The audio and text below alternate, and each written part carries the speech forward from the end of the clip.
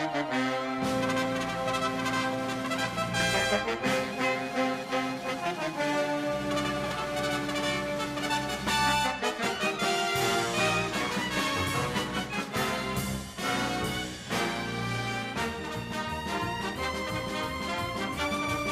morning, everyone. Welcome to an all-new edition of On the Mark TV and Radio from Westfield Community Programming, 89.5 FM WSKB, and our media partners at Southwick Community Television and Agawam Media.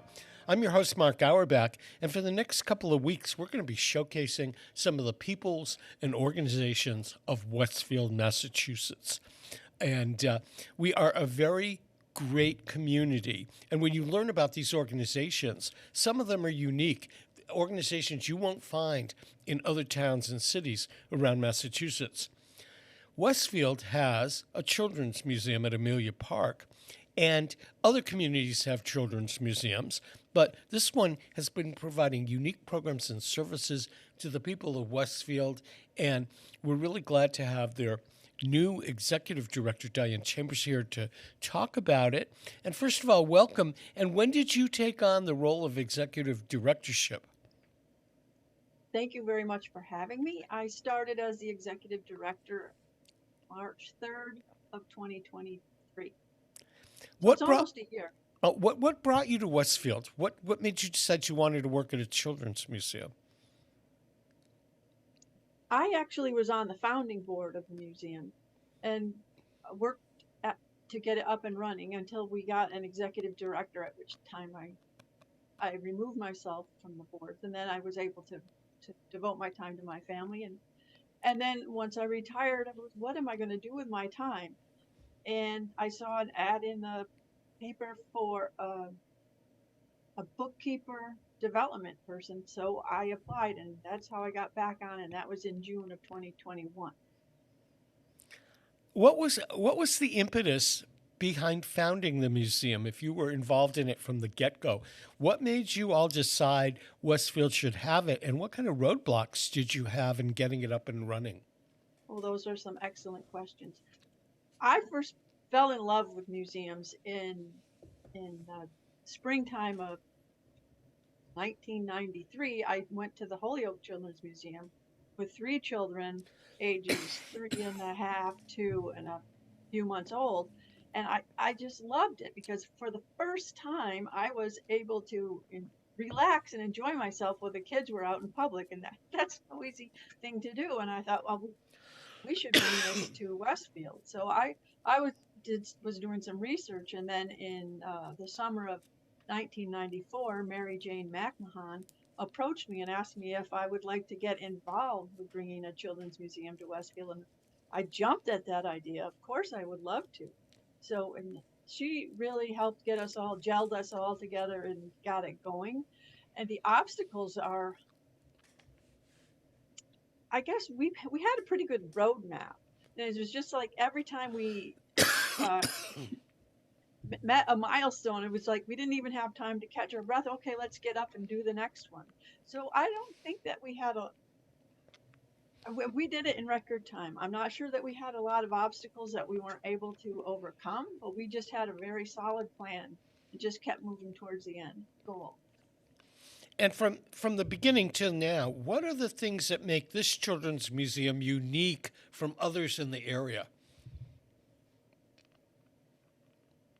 Well, in 2008, a new museum opened. So we started on Elm Street, and now we're on South Broad Street. And when it opened with a phenomenal building and some phenomenal exhibits. And one is our signature exhibit, is a spaceship, space shuttle type thing. So the kids can sit in that and pretend they're driving a spaceship, make all sorts of noises. And then we have some air pressure type things where kids test the Bernoulli effect, where there's air shooting out of pipes and they can foam balls balance on top of them. Beyond that, we have a bit of a climbing structure. They can climb up some stairs, and on their way up the stairs they can shoot what we call rocket blasters, and they push a button and these foam balls come out of their rocket blasters. So we have 3 rocket blasters, and then above on the ceiling is a sun that rotates. And so every 6 minutes, the sun turns and empties out the balls that have been sucked up into one of the other air ports. So that is our signature exhibit. We also have some others.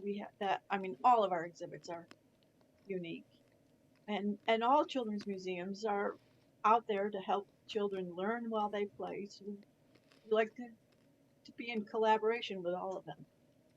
And what age limits or age groups do you provide services to? We say we aim for 1 to 7, but of course, kids younger come in. We have a toddler area where they can play, and uh, we hope that the exhibits are ageless so that the older ones can play as well. But it's typically designed for 1 to 7. Okay, and then they age out and they go on to other programs like the Boys Club or Boys and Girls Club or the Y or things like that. Yes. As a nonprofit in Westfield, what is your biggest challenge? I think what we like to think of our biggest challenge is getting people aware of our museum. We still always think it's the best kept secret. But we are building our attendance every year. We seem to draw more and more people in, and that's a plus. Of course, then getting donations is always a struggle, as our admissions only cover half of our operating costs, so the rest of our costs are supported by grants and our fundraising events and people's donations. And so, an individual that was listening, or a small business or a corporation, and they wanted to participate in some level of membership or a sponsorship of a thing, they can find that information when they reach out to you. Yes, well, on our website, we have a spot where people can donate. I think there's a button called support, so they can push that button and they can automatically donate from that button. But they can also email us. It's fun@ameliaparkmuseum.org, and is also available on our website. They can call us. If anybody wants to give, we'll make sure we get in touch with them. That would be terrific. Okay, and so what is that website again? ameliaparkmuseum.org. ameliaparkmuseum.org. And you're open year round, so you provide things in the winter as well as the summer. That's correct. And we're very popular in the winter because people come in because they can't go to the parks. But we even find in the summer we're just on the rotation of things people do with their families. Of course, and I mean, I would assume that like we're taping today and school's got a late start and yesterday was a snow day. I would assume on days like that, when parents are all of a sudden saddled with their kids, the museum is a great resource to keep those kids busy. It is, and well, Martin Luther King Day is historically our busiest day, and this year did not disappoint. It was packed all day long, so that was wonderful. And we were open yesterday, and we're not typically open when schools are closed, but I needed to get down to the museum, so if I was going to be there, I thought we might as well be open. So we were available. Not too many people came, but 11 people came, and they had a great time. Yeah, I mean, yesterday, I don't know why we had a snow day, because the roads were not great, but they weren't totally bad. But, in my neighborhood, there were a lot of kids with nothing to do because of the snow day, and they were all outside. It wasn't enough snow to sled or anything like that, but they were all hanging around. And, they are a little too old for the Children's Museum, but I wish there were more resources open on snow days for kids.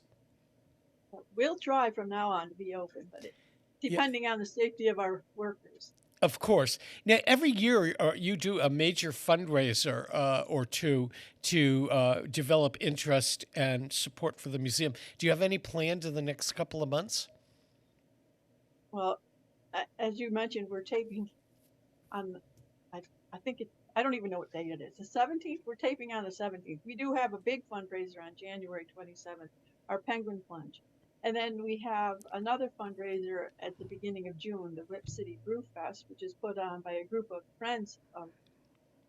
That's very popular too. That'll be June 1st of this year in the city of Westfield. Are you originally from Westfield, or did you move here? I am from the central part of New York State. I grew up on a dairy farm, and then I was working for a division of Stanhome, and I got transferred to Stanhome in East Hampton in 1985, and that's how I got here. And what has kept you here all these years? Well, living in Western Massachusetts, what appeals to you the most? Well, it's certainly not the winters. I think it's a great family spot. I met my husband and then we got married, and that's what's kept me here. But we've had we've raised a family. There's plenty to do around here. It's beautiful weather. It's close to the ocean. That's a plus. It's just lovely. And I love I don't know, if you've come from central New York, which has 30 days of sun, this has a beautiful sky here. And when you tell people that you're from Westfield, what are some of the things that you showcase and believe are the best resources that make Westfield unique? Well, of course, we have the Children's Museum. Of course. There's, Barnes Airport, not that that's a draw, but it helps get people here. Plus, the air show is fabulous once in a while. I mean, because we only have it once in a while. Stanley Park is lovely.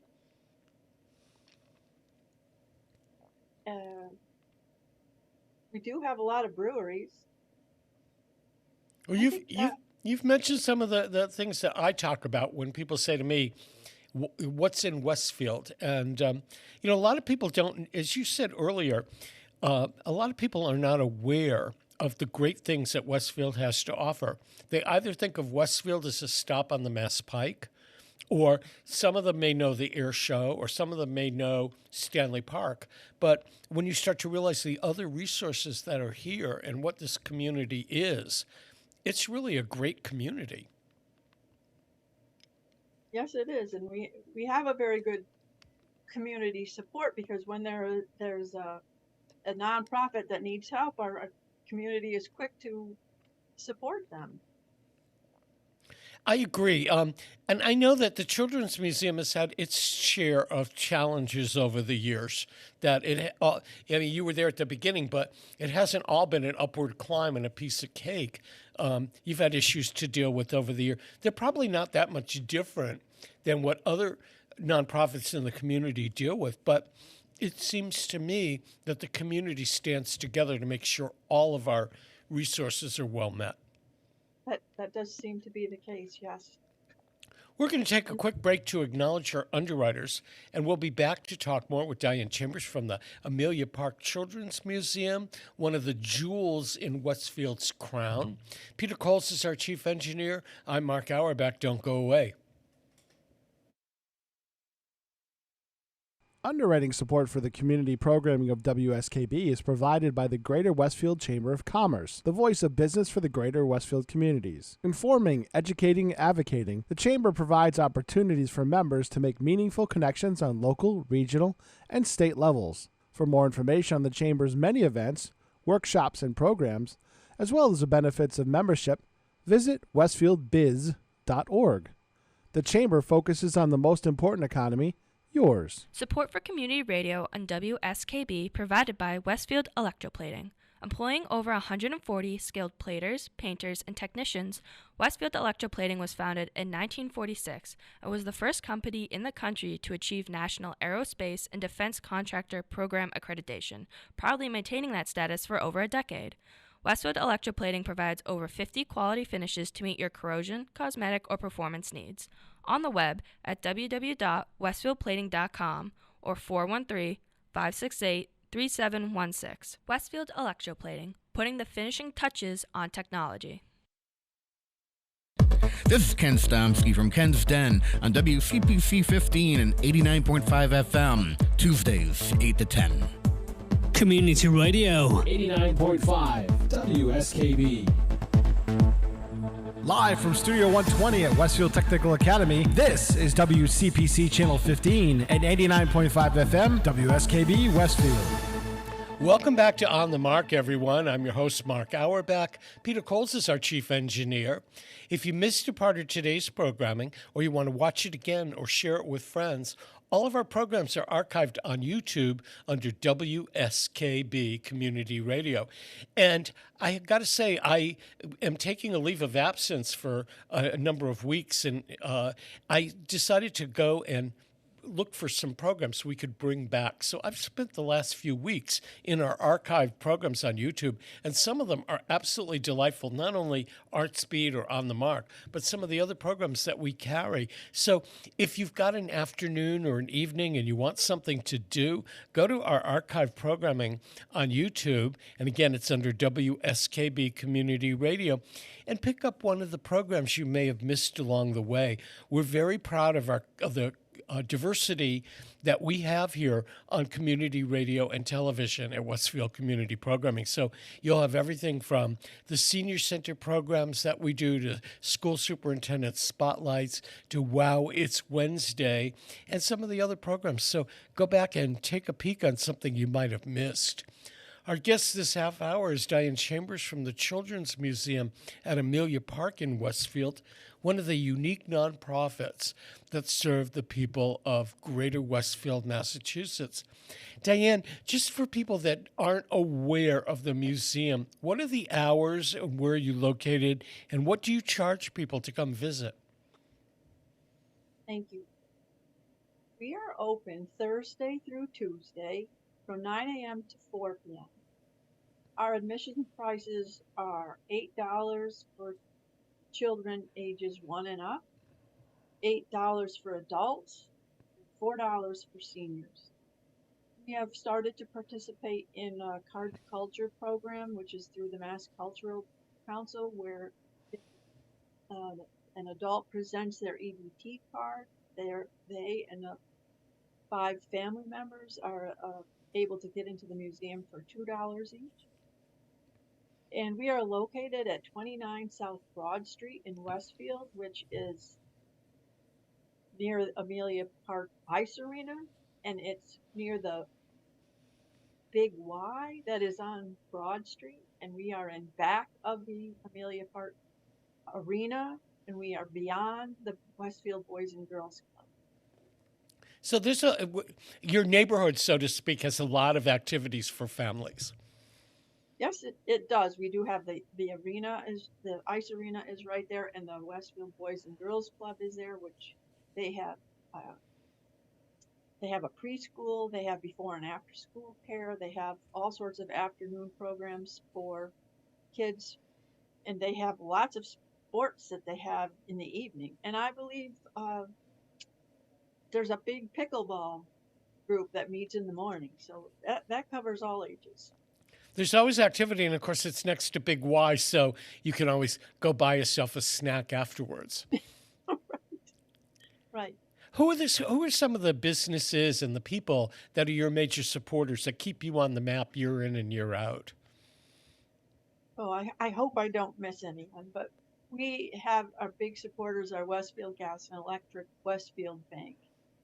We have some new supporters, Gibber Self Storage, Roots Learning Center, People's Bank, The Flames, Auto and Truck Service. They have all pitched in for our upcoming Penguin Plunge, and we have many others like Puffers, Salon and Day Spa. That's kind of an interesting mix of big corporations like People's Bank or Westfield Bank and small businesses. Well, everybody wants to support the museum, I think, if they can think to do it. But we are a great resource for the community. Not if people come and meet, it's not just for the kids to come and play and learn. I mean, families come out and meet. I know that I was speaking with Senator Vilas, who has a young child. I think he's about 2, and they come to the museum often. And he says when he comes, he always meets somebody that he knew when he was a youngster, and it's a great community building thing rather than just to educate the kids. It's a very much a community resource. I'm not sure everyone understands that. How often do you have the opportunity to introduce a new exhibition or switch up an old one and update it? You know, that's a great question because it can take a long time, I mean years, for a new exhibit to fester and come to fruition. For instance, we in the fall we just put in our financial literacy exhibit, or a piggy bank exhibit, which is like 5 years in the plan. But prior to that, in June, we were gifted a Southeast Asian cultural music exhibit, which is an outstanding exhibit that was given to us, and we found out about it in February, and it was installed in June. It's a lovely exhibit, and now we're working on another exhibit that will be installed in April, we hope, and that has only taken a few months to get it to come to fruition, and that will be sponsored in part by the Massachusetts Office of Travel and Tourism, and it's going to be like a life-size type train that kids can walk into, and in the train itself will be a spot where they can pretend they're driving the train, with all sorts of things on the dashboard that they can push, and lights will come on because they all love to push a button and something happens. And then in back of that will be our train table. We have a train table now, but that will be replaced with this new train table, and that's where kids can build their wooden train sets. So that's all coming along pretty fast. So, but it can take years. Right now, we're pretty good with that. And then our plans are, we have a campsite that will probably be, and a farm area that we will be working on next. So you come up with, you or your team or your board come up with the idea for exhibit, and then somebody has to build the exhibit and somebody has to raise the money to make it happen. Exactly. So do you have a wish list of exhibits you would put in if somebody wrote you a check, or are you still in the process of developing these exhibits so you can then go out and ask for the money?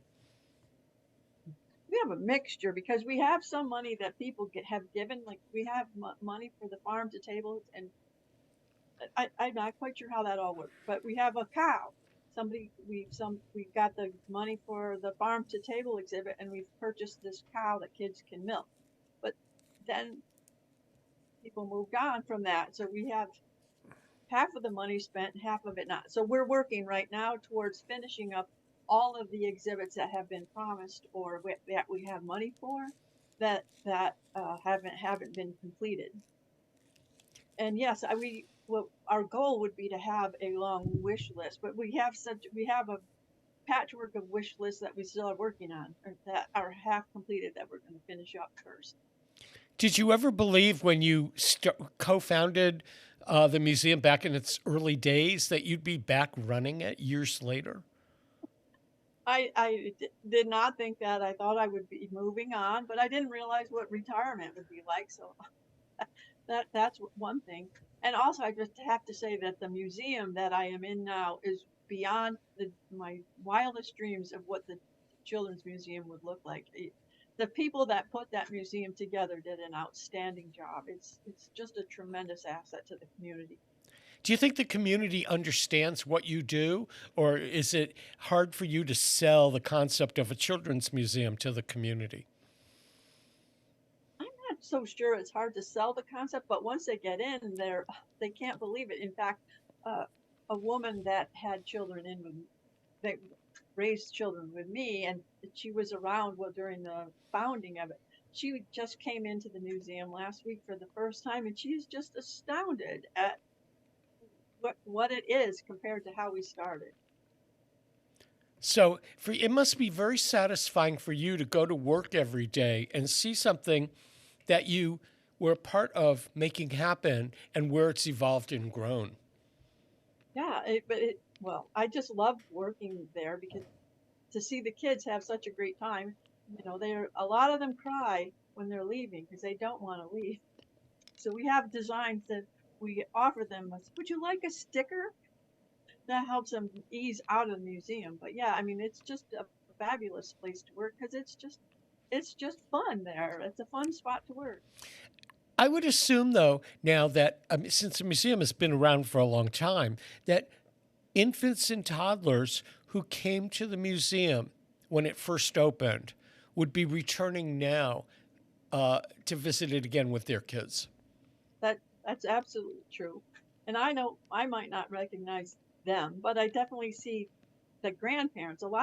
During the week, lots of grandparents come in with their grandchildren as they're watching them, and I'm thinking, I know that person. I don't know from where, but definitely their kids were growing up with mine. How many people work at the museum besides you? We have a very slim staff. We have about 8 others besides myself. And do you do special events or rent the museum out for birthday parties or things like that? Oh, that's a great question. Yes, we absolutely rent the museum out. We have a huge room that is used as an art studio during the week that we use for party rooms during the weekend. And it's available from 10 to 12, 1 to 3, or 4 to 6 on Saturdays and Sundays. So typically it's for birthday parties, but it doesn't have to be. So people can rent that space, and then they have to bring in their own party goods and foods and everything. And then while they've rented the space, the kids can play in the museum. That's right. And the one that's from 4 to 6, the museum is not open except to that party. So it's a private party. It's just you and your friends. That's fantastic. Is there a limit to the number of people you can bring? We, during the days, it's 40 people, and for the evenings, it's 60. So you can have some kid can have a really big party at the Children's Museum. Yeah, all to themselves. That's fabulous. You can have a family reunion there. That's fabulous. We're out of time, Diane, but before we run, give people the website information so they can learn more about the Children's Museum. Thank you. Our website is ameliaparkmuseum.org. Diane, thank you very much for having me. Diane, it's been a pleasure. We've been chatting with Diane Chambers from the Children's Museum at Amelia Park in Westfield. And I hope that you'll bring your child or your grandchild to visit the museum at some point. Or you don't need to bring a child with you to go and see what it is. And the Children's Museum is another great resource that we have here in the Westfield community. We're going to take a quick break to acknowledge our underwriters, and we'll be back with more on the mark, so don't go away. Peter Coles is our chief engineer. We'll be right back. Support for the community programming of WSKB is provided by the Dunkin' Donut Shops of Westfield and the Sardinia family. It's nice to know that even as the world changes, Dunkin' Coffee remains the same at 7 convenient locations throughout Westfield. Underwriting support for the community programming of WSKB is provided by the Greater Westfield Chamber of Commerce, the voice of business for the Greater Westfield communities. Informing, educating, advocating, the Chamber provides opportunities for members to make meaningful connections on local, regional, and state levels. For more information on the Chamber's many events, workshops, and programs, as well as the benefits of membership, visit westfieldbiz.org. The Chamber focuses on the most important economy, yours. Join me, Tina Gorman, each week from 6 to 8 a.m. for Wake Up Wednesday, when my guests and I discuss health, wellness, and lifestyle reimagined. Community Radio. 89.5 WSKB. Live from Studio 120 at Westfield Technical Academy, this is WCPC Channel 15 and 89.5 FM WSKB Westfield. Welcome back to On the Mark, everyone. I'm your host, Mark Auerbach. Peter Coles is our chief engineer. And this program, along with a couple of others, showcases the great things that are happening in Westfield, Massachusetts. My pal Bill Westerlind is here. If you see art in public spaces here throughout the community or arts exhibits outdoors and stuff like that, you can be sure that Bill Westerlind and his entourage are a part of making that happen. And Westfield has kind of stamped itself on the map as really showcasing community arts on a variety of levels. So if it's visual arts, painting, crafts, outdoor exhibitions and stuff like that. Bill's team is largely responsible. How's your winter going, Bill? Thanks, Mark. It's going well. I think this has been the first week of winter this year, right? It's Yeah, been I pretty mean, easy. yeah, I mean, I was really surprised that we had no snow in December, other than a Yeah. flurry, and all of a sudden, over Martin Luther King Day weekend, we got hammered. Yep, for sure, for sure. So it's back to reality, right? For sure. It is, and I have a countdown running until our pool opens, and we're down to like 18 weeks, so I think I can handle another storm. Yeah, we'll make it. We'll be good. We're New Englanders. No worries whatsoever. So the last time you were on the air and we talked, you were readying up for a big fall exhibition, and Yes. you were phoning it in somewhere in I think in Texas or Nevada or something like that. I was in Reno, Nevada. Exactly. So Yep, that's it's right. now it's 2024, and you're back, and that October program got canceled. Yep. It was a weather thing, if I remember. It was howling rain that day. Yes. Exactly. So you got some winter stuff happening that we need to talk about.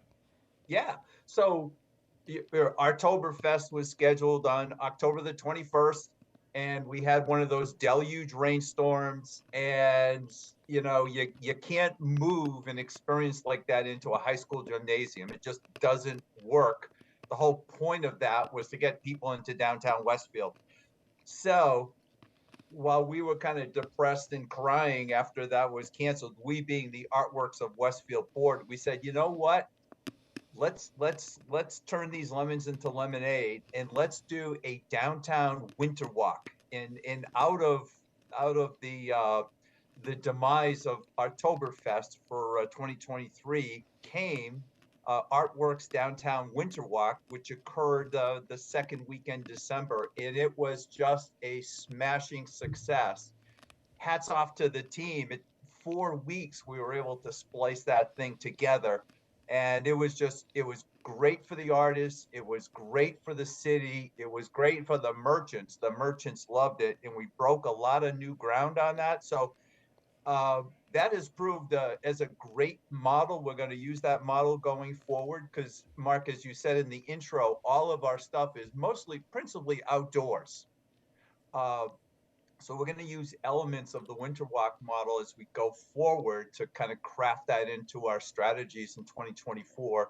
And to bring our mission is to bring the creatives of New England and New York into downtown Westfield, bring the community in downtown Westfield, so you have those great experiences, that engagement. And what that does is then that helps all our downtown merchants, which are growing considerably. So it was a great experience for Westfield. It was a great experience for the community. People loved it, and we just broke so much new ground when we did Winter Walk. It was fabulous. So what's next on the horizon? Well, next on the horizon is we call it Articulture, and that happens on May 3 and May 4, and that's actually down in the Amelia Park Arena on the rink floor, not on ice. The ice is out. So I was going to say, leave the blades home, right? Yeah, no skates needed, right? So what the rink does is they take down the ice for the month of May for annual repairs and maintenance on the equipment. And we approached them, gosh, it was actually the COVID year before we knew COVID was coming. And we said, let's collaborate and let's use that space during May. You have nothing coming into the rink. We would love to do something indoors so we don't have to worry about rain. And a partnership was forged. However, because 2021, we were still in the throes of COVID. This thing launched in 2022 in the rink. It was a great success. Last year was even better. So 2024 is going to be awesome. And essentially on the arena floor, remember, this is a big building. It's a barn, right? We have 75 spaces for artists and authors out on the rink floor, 10 by 10 space. Your tent can be as high as you want it to be. Your display can be as elaborate as you want it to be.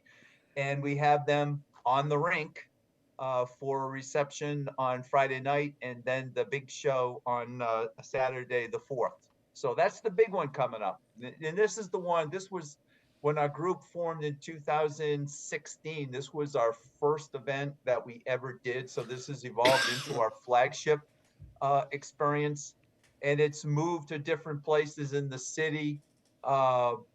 We moved from the women's club over to the Church of Atonement, and then we landed on the rink space. So that's the biggie coming up. So what kind of artists will be there? Like photographers, craftspeople? It's a mix. So we do have photographers. We would have your gallery artists. We would have sculptors, fiber art. You know, it's an eclectic mix of different genres within the art field. Is it jury? Is it juried? I mean, do you screen these people before they show up? Absolutely. So there is a jurying process, and I think last year, if I recall, I think the responses were close to 100 into those 75 slots. So yes, there is a jurying process. And last year we introduced some cash prizes, and we'd like to continue to do that show after show to kind of broaden that appeal of the show out to get artists. You know, ultimately we want to attract a diverse group of artists in what they produce. And we've been pulling people from as far east as, you know, the suburbs of Boston. Winterfest, we had a winter walk. We have artists come in from Troy, New York. So we've drawn from all of the New England states and out into New York. And that's what we want to do. We want to keep on bringing fresh perspectives into the city. So it's been great. So people rent the space from you and pay a fee, and then they can put up their own exhibit. You said right. It can go as high as it wants. Can they sell their work? Absolutely. They can do whatever they want. We encourage sales, and I think most artists are interested in selling their work. However, some cannot part with their work, so you know they'll show it, but it's not for sale. But they like to get out into the public and show it. So, in the idea behind, you know, what does it cost to participate from an artist perspective? It's a $35 membership to Artworks, an annual membership. So from January 1st to December 31st, if they're a member, they can show in any show after they're juried in. You know, we've made a conscious effort that we are not balancing our finances on the back of the creators. So we don't want to suffocate them with commissions and additional fees. We're keeping it really clean and simple. This is, you know, your skin in the game, so to speak, is this $35 membership, and that's all you have to do. And if you're juried into any of the other shows, and now we have several during the course of the year, which is very attractive for folks, you get juried in, there's no additional fees. So how do we finance these things? We get grants, we get sponsors. Those are the folks that help us out to produce these exhibitions in the city. How many people can you estimate show up at any one of these events? Well, I can tell you, the last one we did, the Winter Walk, long-timers in Westfield were raving that this was like the old days in terms of pedestrians downtown. So we're going to estimate we had thousands of people coming through downtown Westfield. And we got people to walk from the Westfield Athenaeum all the way down to Franklin Street, where we had exhibits set up in that end of Elm Street, and all points in between. So the Oktoberfest, the Winter Walk, these are great attractions for the city. Oh, for sure. And again, with the success of Winter Walk, it really opened our eyes to the concept. In the merchants, they had a great days, and many of them said, you know, it was far better than, you know, the Small Business Saturday promotions, far better. And some merchants have their best day of the year on that day. So that again is part of the attraction, and it gives you a sense of the people visitors that we can attract to the city. And when you attract visitors, that's attracting businesses, and we know talking to some of the new businesses, they were here in part because of this burgeoning cultural phenomenon in the city. So it's this rising tide lifting all boats. We're pretty excited about it. I mean, you are working endless hours on this along with a team, and all of you have day jobs doing something else. How do you find the energy to do it? Sometimes, Mark, I wonder. You're right. It could be a full-time job, but you know, everyone on our board is a volunteer. No one on Artworks makes a dime. It's this passion for community, and I can't overemphasize the fact that, you know, we are not an event production company.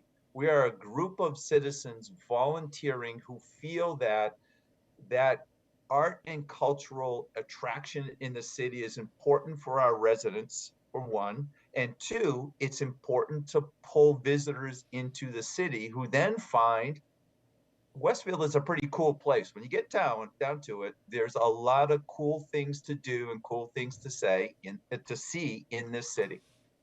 I would agree. What do you do in your day job? Well, actually, and I'm happy to announce that I will be retiring from that day job on the 29th of February. It is a leap year this year. And I am actually a business analyst, a grocery industry business analyst. So, you know, think about that. On our board, I think I am the only member, I know I am the only member on our board who is not an artist. I don't have that mental acuity to produce paintings or sculpture. I'm an organizer and I'm a promoter, and I'm really happy with that. That's great. But as a grocery analyst, I'm sure if you were in a supermarket, you could, from all the years of experience, help them better place the produce in the produce aisle, right? It's funny because when I go grocery shopping and walk up and down the aisles, I'm surveying the shelves and I think, well, that could go there, this could go there, this is out of place, that sign's not right. So I have the visual perspective for sure, and perhaps you know, that's part of my involvement. And then if you look behind me, that small gallery, my wife is an acrylic painter, so you can see you know, some of the paintings that we have in my home office. So that is my attraction to it. And again, I think a strong art and cultural economy in any city is really important. And Mark, you and I have talked about it before. Think of all the cities in Western Mass. Think of East Hampton. Think of Great Barrington.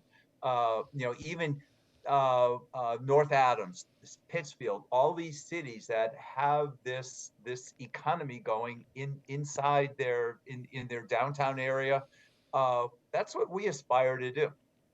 And it really reaps rewards. I mean, when you look how maybe 25 years ago, Northampton was termed nationally as a creative community with galleries and artists and live music and all of that, and how it changed Northampton.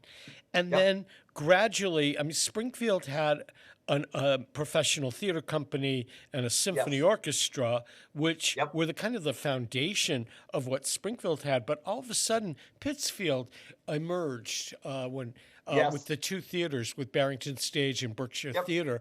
And the Berkshires, the creative economy fuels tourism, fuels money coming into the area, and how great it is to have that in Westfield. There are some performing arts things. There should be more. The ones that happen, I'm involved with a music group that plays the Athenaeum 4 times a year. And we know that when we play in the Athenaeum, people from all over come to see us. They eat dinner in Westfield. There are a couple of good restaurants. They may shop, and they're bringing interest into Westfield. Your stuff brings interest into Westfield. Westfield on weekends. If without any of these, Westfield would be just another mill town in Western Mass. Absolutely. One of those towns that, you know, all the retailing got destroyed by the advent of malls back in the 80s and the 90s, and then online retailing. And I think, you know, having this physical presence in the city, people actually walking around downtown, that adds to the dynamicism of the municipality. No doubt whatsoever. And No doubt. I've learned in the years that I've been here at Westfield Community Programming, there are some restaurants in Westfield that are worth traveling to.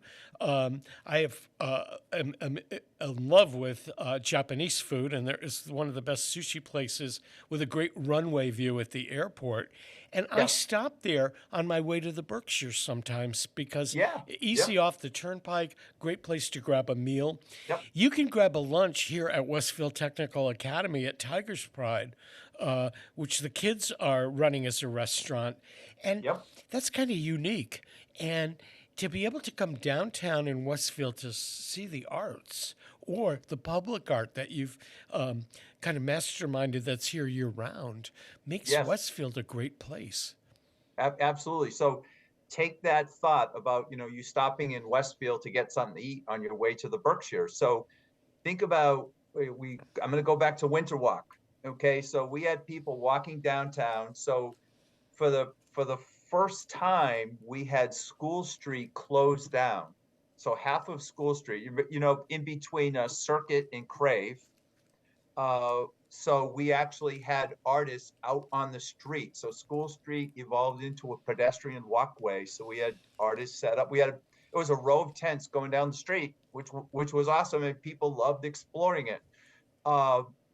We turned the over transit pavilion, the infamous bus station that people talk about that's in downtown Westfield. Yep. That was turned into an art gallery. We had artists set up in there. We had artists in 2 storefronts that are right now empty. So the old George's Jewelers location, the family has retired from that business, was in touch with the owner. She said, absolutely, let's use the space. We had artists set up in there. Another building adjacent to the new Lamson Square building, which is the old, what was it called? It was the billiards place. Which is going to turn into a wonderful restaurant, which we need to mention at some point. But we use that space for artists. We set up artists inside stores, and we had people walking to visit those exhibitions. And we had people going into restaurants, exploring stores that, people come into Westfield and say, oh my God, I never knew this was here. And that is music to our ears. So the artist sales were brisk, and the merchant sales were brisk, and the community had a day out in downtown Westfield. It exactly epitomizes what we're looking for in terms of that creative economy in the city. And although I can't mention any of them specifically, we have some stores and restaurants in Westfield that are kind of unique.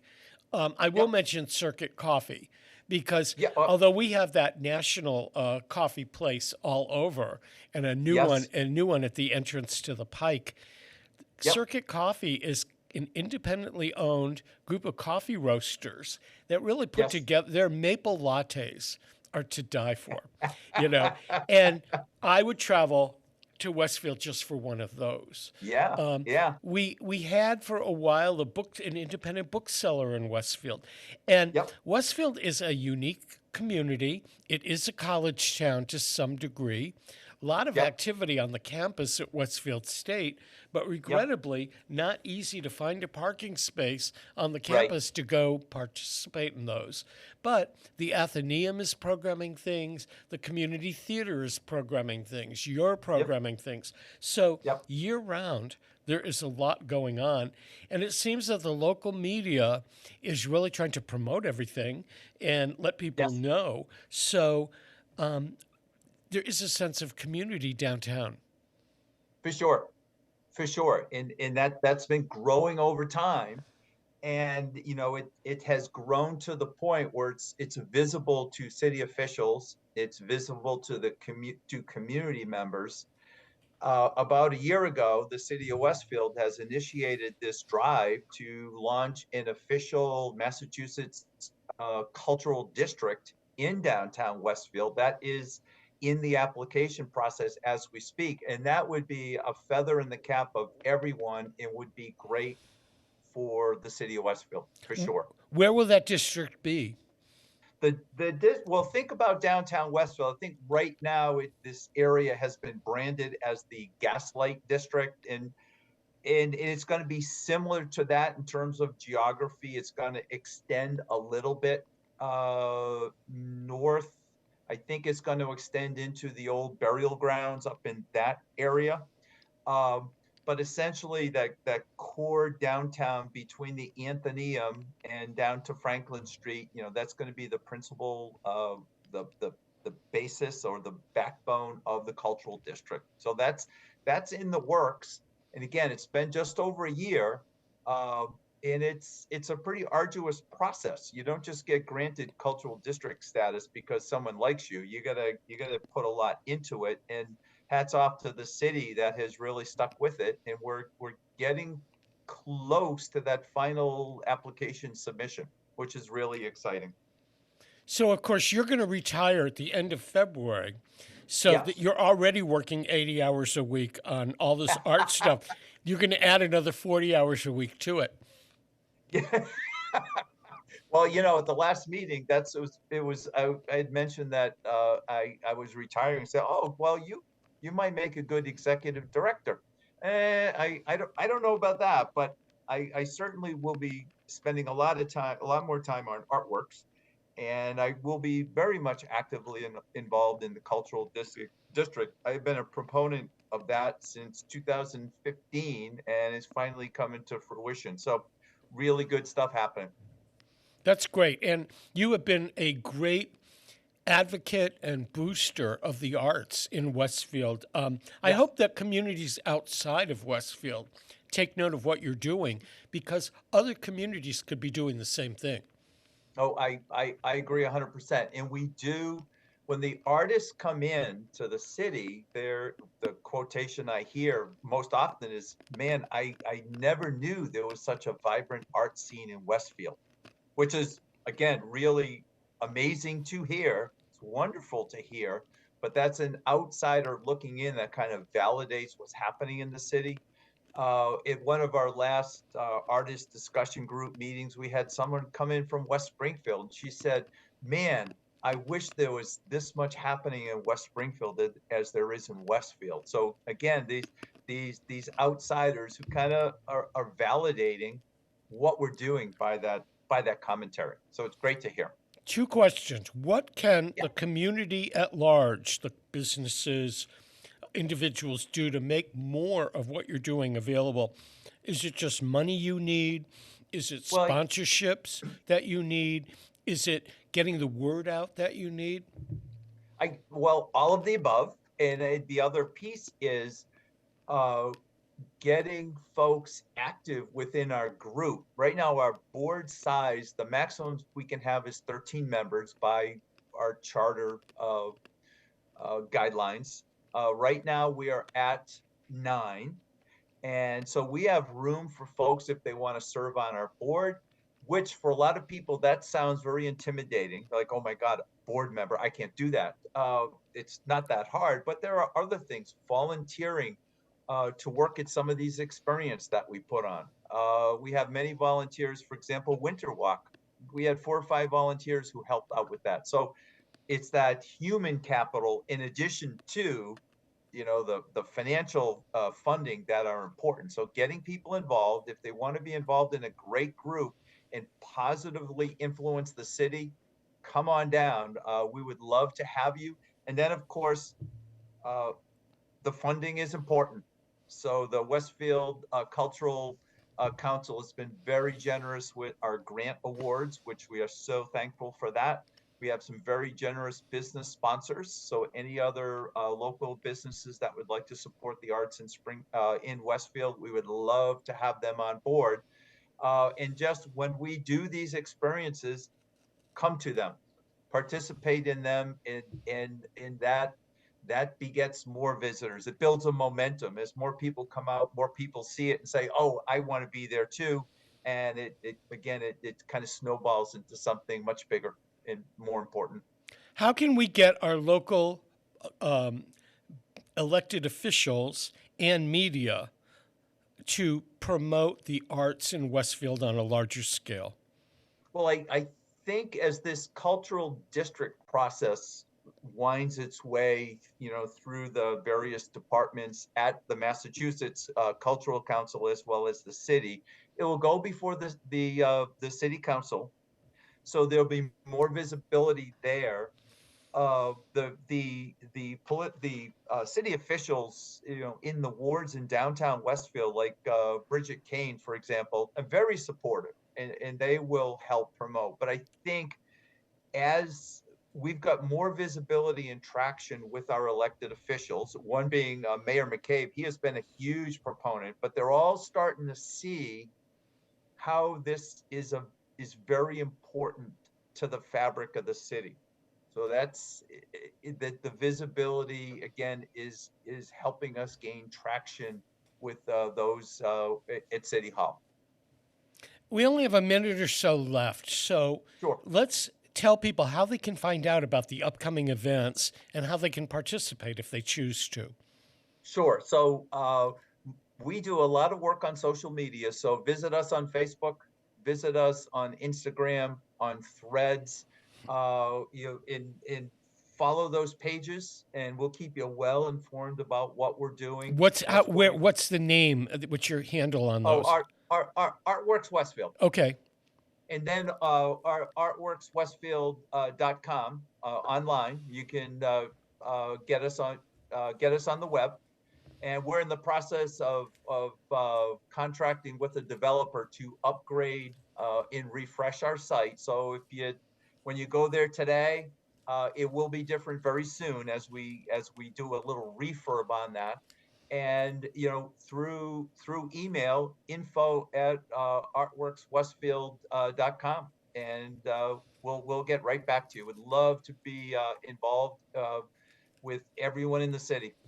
Well, Bill, it's always a pleasure to have you on one of my programs, and I look forward to having you on. When I come back after my leave of absence, we get you on again and maybe talk about what's happening in May, and we're going to see how you like retirement. That sounds great. Okay. Awesome. Okay, right. Thanks for being here today. And this wraps up another edition of On the Mark. Peter Coles has been our chief engineer. I'm your host, Mark Auerbach, and we'll see you next week with another edition of On the Mark.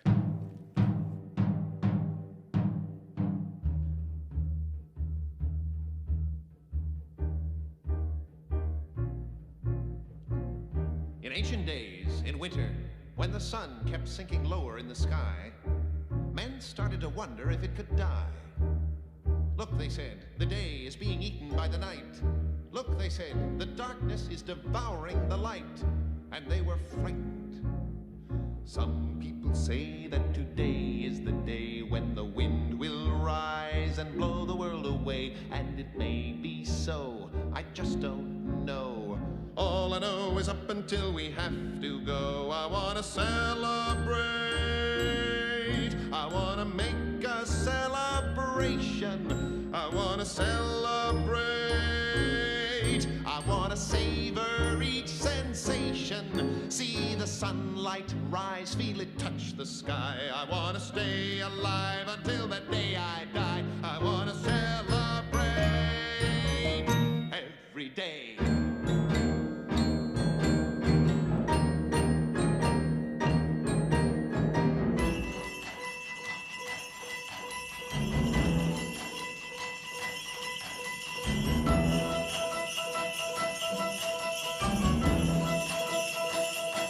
So the people gathered by the fire. They drank and sang and made up plays. They painted their faces, and in the blaze they waited, hoping for a sign.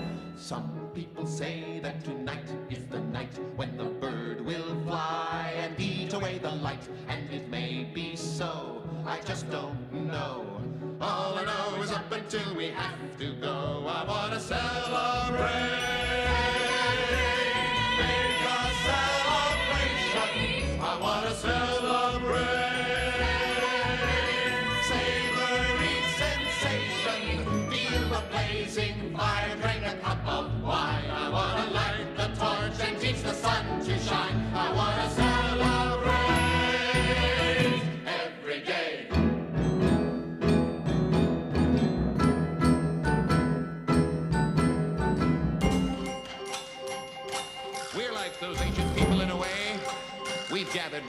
dare to do a play. Our night is dark like theirs, our world is cold, our hopes seem frozen underneath the snow. And yet if you will just assist us with your imagination, we'll try to make this humble stage a place for celebration. Some people say that today is the day when the cold will come and never go away, when the bird will fly, the wind will blow. But something deep inside me says it can't be so. I want to celebrate.